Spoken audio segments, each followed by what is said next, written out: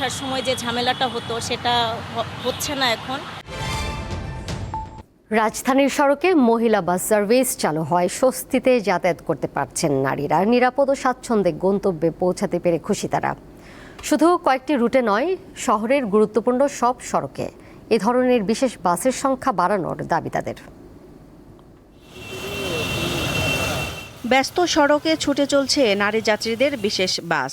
নেই গণপরিবহনের মতো ভিড়, হুড়োহুড়ি করে গাড়িতে ওঠার অস্বস্তি। প্রতিদিনের কর্মস্থল বা প্রয়োজনে বের হয়ে বিড়ম্বনা থেকে যেন রেহাই পেয়েছেন নারী যাত্রীরা। বিশেষ এই ব্যবস্থা চালু হওয়ায় অনেকটা স্বস্তিতে যাতায়াত করতে পারছেন তারা। দ্বিতীয় দিনে বেশি ভিড় না থাকলেও প্রতি বাসেই ছিলেন কর্মজীবী নারী, শিক্ষার্থী সহ নানা বয়সী যাত্রী। পাশাপাশি পুরুষ যাত্রী না থাকায় অনেকটা স্বাচ্ছন্দ্যে যাতায়াত করতে পারছেন তারা। সরকারের এই উদ্যোগটা ভালো আমাদের জন্য, বিশেষ করে আমার জন্য খুব ভালো হয়েছে যে বাচ্চা নিয়ে নর্মাল বাসে ওঠার সময় যে ঝামেলাটা হতো সেটা হচ্ছে না এখন। এবং আজকেই আর কি ফার্স্ট আমি বাসে উঠলাম, ভালো লাগছে আমার।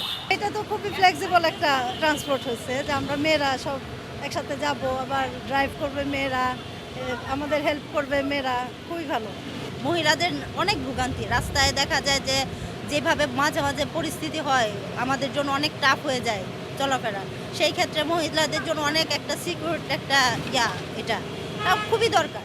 এই পরিবহনের চালক সহ সকলে নারী হওয়ায় উচ্ছ্বসিত তারা। দক্ষতার সঙ্গে স্টিয়ারিং সামলে গন্তব্যে ছুটছেন সবাই। নারীদেরকে আমরা যেন তাদের গন্তব্যে শৃঙ্খলাভাবে কোনো দুর্ঘটনা না হোক, শান্তি শৃঙ্খলা মতো আমরা যেন তাদের গন্তব্যে পৌঁছা দিতে পারি। সবাই আমাদেরকে বেশ শুভকামনা জানাচ্ছে এবং আমরা খুব সন্তুষ্ট তাতে। আমরাও তাদেরকে বলবো যে আমাদের পাশে থাকবেন আপনারা।